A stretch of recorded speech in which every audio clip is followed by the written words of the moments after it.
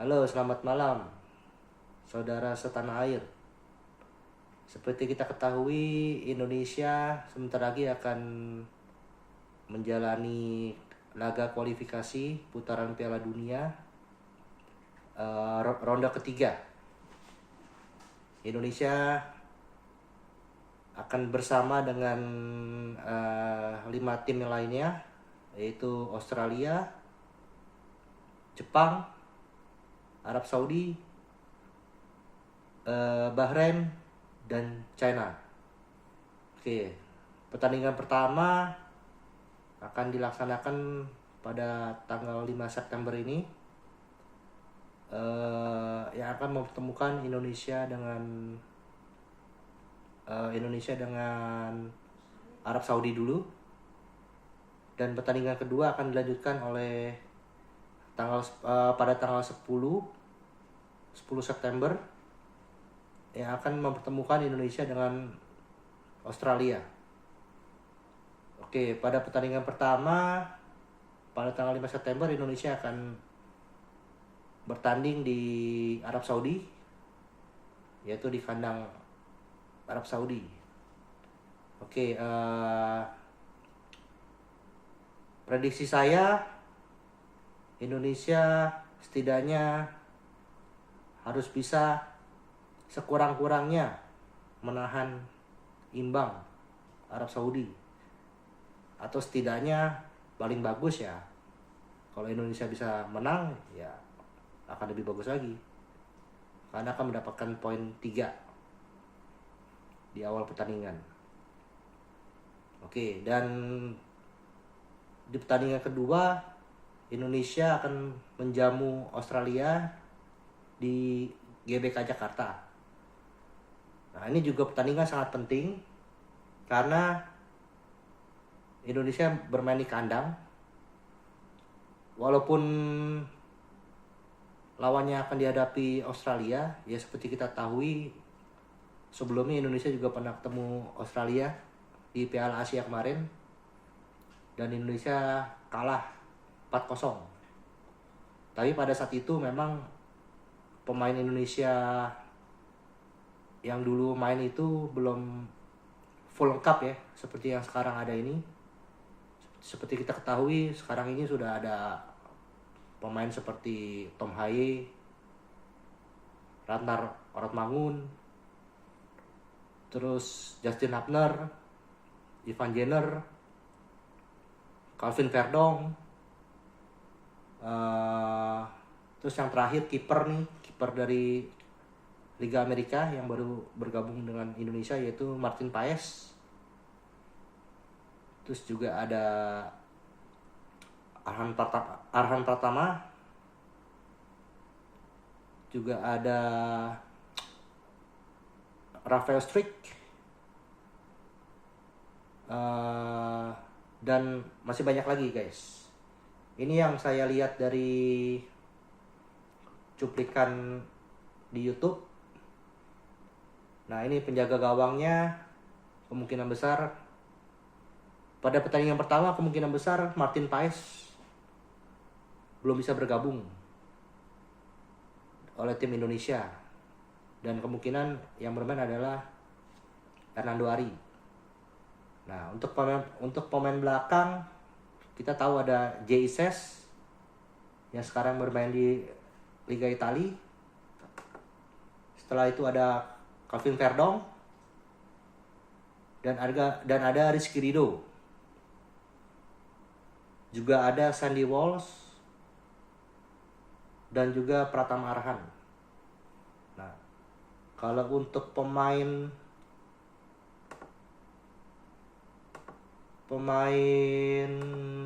tengah, Indonesia punya Yakub Sayuri, Marcelino Ferdinand, Ivan Jenner, dan Egy Maulana Fikri. Ada juga Ricky Kambuaya dan Tom Haye. Dan juga ada satu lagi Nathan Joaon dan Witan Sulaiman. Oke. Sedangkan Ratnar Orotmangun itu bisa dipasang di tengah, di striker maupun di bagian tengah juga bisa. Dan untuk pemain depan Indonesia juga masih punya Rafael Struijk dan Ramadan Sananta. Nah, untuk kepastian pemain mana yang akan dimainkan pada saat pertandingan melawan Arab Saudi ya kita nanti tunggu pada saat tanggal 5 September. Yang pastinya Coach Sintayong akan memilih pemain mana yang terbaik untuk pertandingan perdana ini, karena pertandingan perdana ini adalah pertandingan yang sangat penting karena ini akan membantu Indonesia untuk jika bisa setidaknya seri ataupun menang akan meningkatkan motivasi pemain kita menjelang laga-laga yang selanjutnya lagi. Apalagi nanti akan melawan Australia di kandang. Saya harap Indonesia bisa menampilkan penampilan yang luar biasa, yang bisa membawa Indonesia terbang tinggi. Saya harap, prediksi saya kalau untuk saya pribadi untuk laga nanti di Arab Saudi, prediksi saya Indonesia setidaknya bisa menahan imbang Arab Saudi. Itu prediksi saya. Dan untuk pertandingan kedua melawan Australia, prediksi saya Indonesia sepertinya bisa memenangkan pertandingan melawan Australia. Melihat karena pada pertandingan kedua ini kiper MLS Martin Paes sudah bisa bertanding dan juga semua pemain sepertinya juga sudah bisa bertanding, seperti J. Ises juga, Justin Hubner juga udah bisa bertanding semuanya. Tom Haye, Ratnar Orotmangun semuanya juga udah bisa bertanding, dan apalagi kita bermainnya di kandang sendiri kan, di GBK, pasti dukungan dari supporter juga akan membantu tim nasional Indonesia untuk semangat untuk memenangkan pertandingan. Ya, itu prediksi dari saya.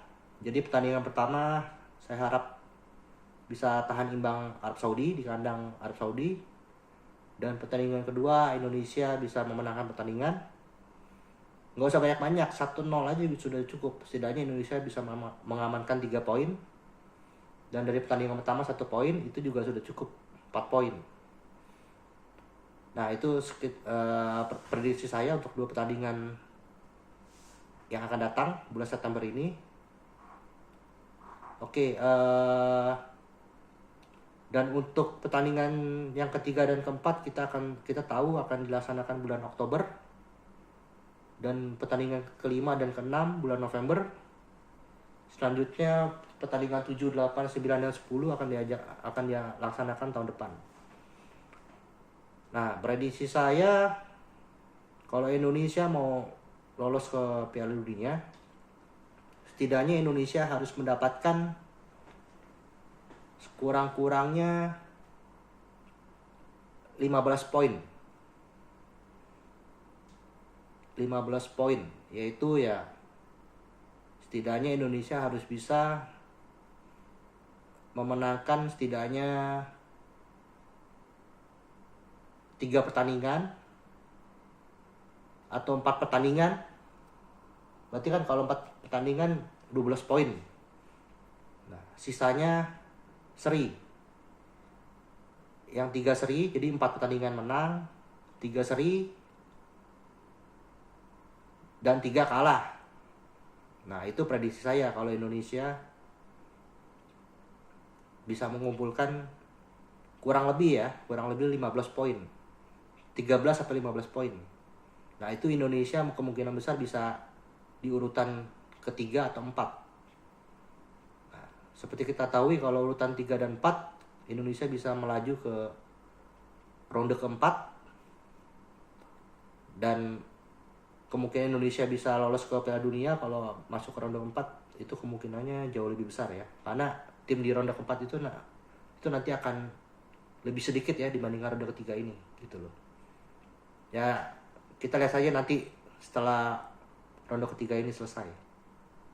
Oke, sekian prediksi dari saya. Terima kasih.